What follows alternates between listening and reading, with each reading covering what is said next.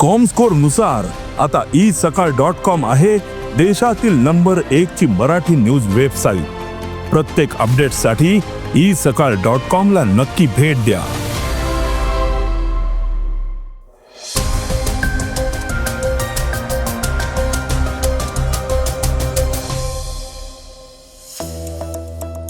महाराष्ट्रातील शिक्षकांच्या सुट्ट्या रद्द करण्यात आलेल्या आहेत, तर LPG संकटावर सरकारचं मोठं निवेदन आलेलं आहे। महाराष्ट्रात समान नागरी संहिता लागू होणार का?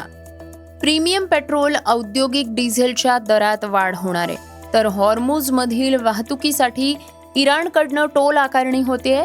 IPLवर निवड समितीची नजर असणार आहे, तर विक्रम गोखलेंचा शेवटचा चित्रपट लवकरच प्रेक्षकांच्या भेटीला येतोय। या बातम्या आपण आजच्या पॉडकास्टमध्ये ऐकणार आहोत। नमस्कार, मी गौरी कुबेर। आज 21 मार्च वार शनिवार। तुम्ही ऐकत आहात देशातील number 1 Marathi news website isakal.com चं पॉडकास्ट। पॉडकास्टची पहिली बातमी आहे महाराष्ट्रातल्या शिक्षकांची।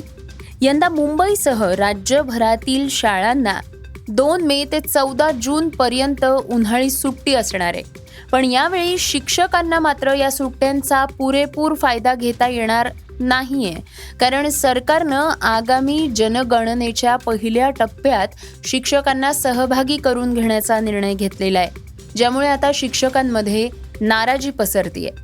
शिक्षण विभागाच्या निर्देशानुसार सर्व अनुदानित, विना अनुदानित, प्राथमिक आणि माध्यमिक शाळा तसंच महाविद्यालयांमधील शिक्षकांसाठी जनगणनेचं काम हे अनिवार्य करण्यात आलेलं आहे आणि त्यामुळे अनेक जिल्ह्यांमध्ये शिक्षण अधिकाऱ्यांनी शिक्षकांना सुट्ट्यांमध्ये आपलं मुख्यालय सोडून न जाण्याच्या सूचनाही दिलेल्या आहेत। 2011 नंतर प्रथमच घेण्यात येणारी जनगणना ही 16 मे ते 14 जून दरम्यान घरगणना आणि यादी तयार करण्याच्या प्रक्रियेने सुरू होईल। यापूर्वी एप्रिलच्या अखेरीस ते मे महिन्याच्या सुरुवातीपर्यंत गणक आणि पर्यवेक्षकांसाठी प्रशिक्षण आयोजित केलं जाईल। शिक्षकांना त्यांच्या परीक्षा संपताच या प्रशिक्षणात उपस्थित राहणं बंधनकारक असणार आहे। जुलैमध्ये प्रस्तावित असलेल्या TET परीक्षेच्या पार्श्वभूमीवर जनगणनेच्या कामामुळे तयारीसाठी पुरेसा वेळ मिळणार नाही आणि ज्यामुळे शैक्षणिक उपक्रमांवर परिणामही होऊ शकतो, असं शिक्षकांचं म्हणणं आहे। पॉडकास्टची दुसरी बातमी आहे LPG संकटाची। इस्रायल आणि इराण युद्धाला 20 दिवस उलटले आहेत। असं असूनही हॉर्मुझच्या सामुद्रधुनीतून केवळ 9 कच्चे तेल आणि गॅस जहाजं यांना परवानगी देण्यात आली। परिणामी भारतासह जगभरात LPG गॅसचा तुटवडा कायम आहे। पेट्रोलियम मंत्रालयाच्या सहसचिव सुजाता शर्मा यांनी असं सांगितलंय की LPGची परिस्थिती गंभीर आहे आणि पुरवठा सुनिश्चित करण्यासाठी सरकार प्रयत्न करतंय। घरगुती ग्राहकांना 100% LPGचा पुरवठा होतोय, पण परिस्थिती चिंताजनक आहे। आता घाबरून केलेलं बुकिंग कमी झालेलं आहे, पण म्हणूनच लोकांना अफवांकडे दुर्लक्ष करून केवळ गरजेनुसारच गॅस बुक करण्याचं आवाहन करण्यात येत आहे। सरकारने स्पष्टपणे सांगितलंय की LPGची परिस्थिती गंभीर आहे, पुरवठा कायम ठेवण्याचे प्रयत्न सुरू आहेत, पण जनतेला पर्यायी इंधनाचा विचार करण्याचं आणि घाबरून खरेदी टाळण्याचं आवाहन करण्यात येत आहे। सरकारनं काळा बाजार आणि साठेबाजी विरोधात कडक कारवाई सुरू केली आहे। विविध राज्यांमध्ये 4500हून अधिक छापे टाकण्यात आलेले आहेत, तर LPGचा पुरवठा जनतेपर्यंत योग्य प्रकारे पोहोचावा हे सुनिश्चित करणं हा यामागचा उद्देश आहे। पॉडकास्टची तिसरी बातमी महाराष्ट्र सरकारची। धर्मांतर विरोधी कायद्यानंतर महाराष्ट्र सरकार आणखी एक मोठं पाऊल उचलतंय। उत्तराखंड आणि गुजरातच्या पावलावर पाऊल ठेवत आता महाराष्ट्रातही समान नागरी कायदा संहिता लागू करण्याच्या प्रयत्नांना गती मिळतेय। या महत्त्वाच्या आणि संवेदनशील कायद्यासंदर्भात विविध हितधारकांशी व्यापक सल्लामसलत सुरू आहे आणि त्यामुळे राज्य सरकारनं अधिकृतपणे या सल्लामसलतीबद्दल मान्यही केलेलं आहे। भाजपचे विधान परिषद सदस्य परिणय फुके यांनी मांडलेल्या लक्षवेधी सूचनेदरम्यान हा मुद्दा समोर आलाय। श्री परिणय फुके यांनी सभागृहात जोरदार मागणी केली की महाराष्ट्रानं उत्तराखंडप्रमाणेच सर्व धर्मांच्या नागरिकांना समान हक्क आणि नियम देणारा कायदा करावा. भारतीय संविधानाच्या राज्य धोरणाच्या मार्गदर्शक तत्वांमध्ये स्पष्टपणे नमूद करण्यात आलेलं आहे की राज्यानं समान नागरी संहितेच्या दिशेनं प्रयत्न केले पाहिजेत. सभागृहाच्या कामकाजादरम्यान असंही समोर आलं की सरकार या विषयावर एक व्यापक आणि सविस्तर प्रतिसाद तयार करेल.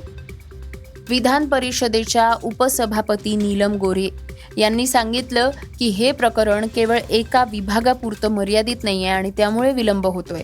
समान नागरी संहितेमध्ये कायदा आणि न्यायपालिका, महिला आणि बालविकास आणि सामान्य प्रशासन विभाग यांसारख्या महत्त्वाच्या विभागांचा समावेश आहे.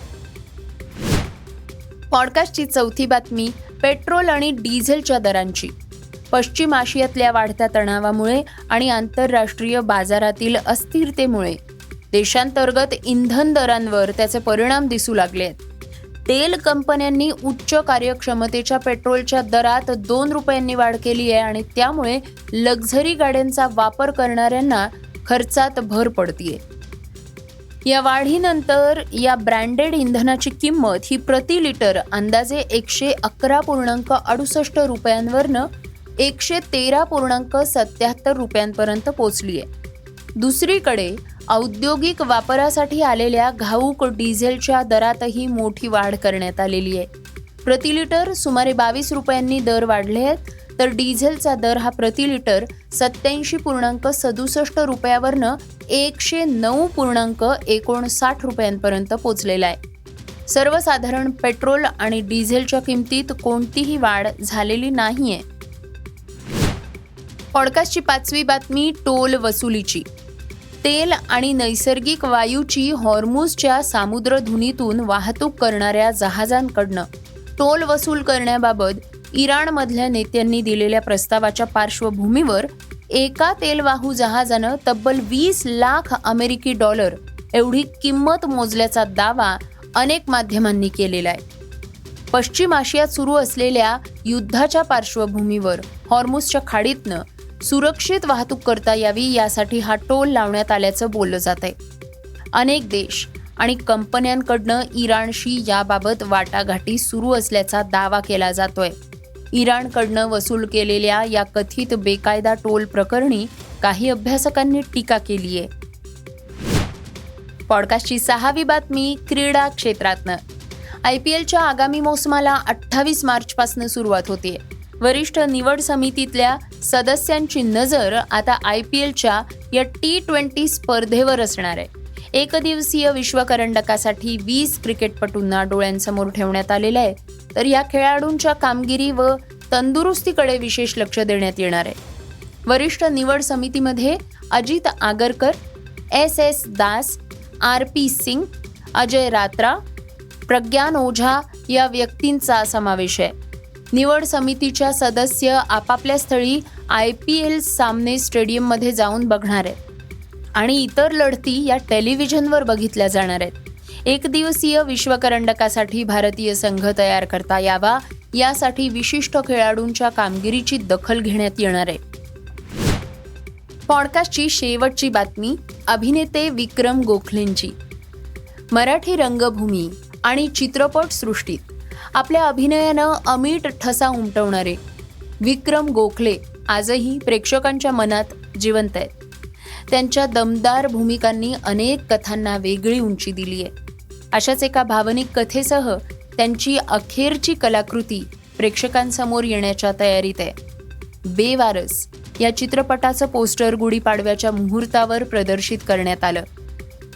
हरिणी प्रोडक्शन्स निर्मित या चित्रपटाची प्रस्तुती शिव आर्यन फिल्म्सनं केली आहे. पोस्टरमध्ये विक्रम गोखले एका लहान मुलाला मिठी मारताना दिसतात, ज्यातून कथेतली भावनिक बाजू स्पष्ट होते. अनाथालय चालवणाऱ्या आबाजींची भूमिका त्यांनी साकारली आहे. एका लहान मुलानं स्वतःच्या हक्कांसाठी आई वडिलांच्या विरोधात न्यायालयात जाण्याची वेगळी गोष्ट या चित्रपटात मांडण्यात आलेली आहे आणि चित्रपट प्रदर्शित होण्याची तारीखही लवकरच जाहीर होणार आहे. हे होतं eSakal.comचं पॉडकास्ट, अर्थात सकाळचं पॉडकास्ट. हे पॉडकास्ट तुम्हाला कसं वाटलं आम्हाला नक्की कळवा. याला रेटिंग द्या आणि इतरांना सुद्धा रेकमेंड करा. तर आपण आता उद्या पुन्हा भेटूयात. धन्यवाद. Script and research Vrushal Karmarkar.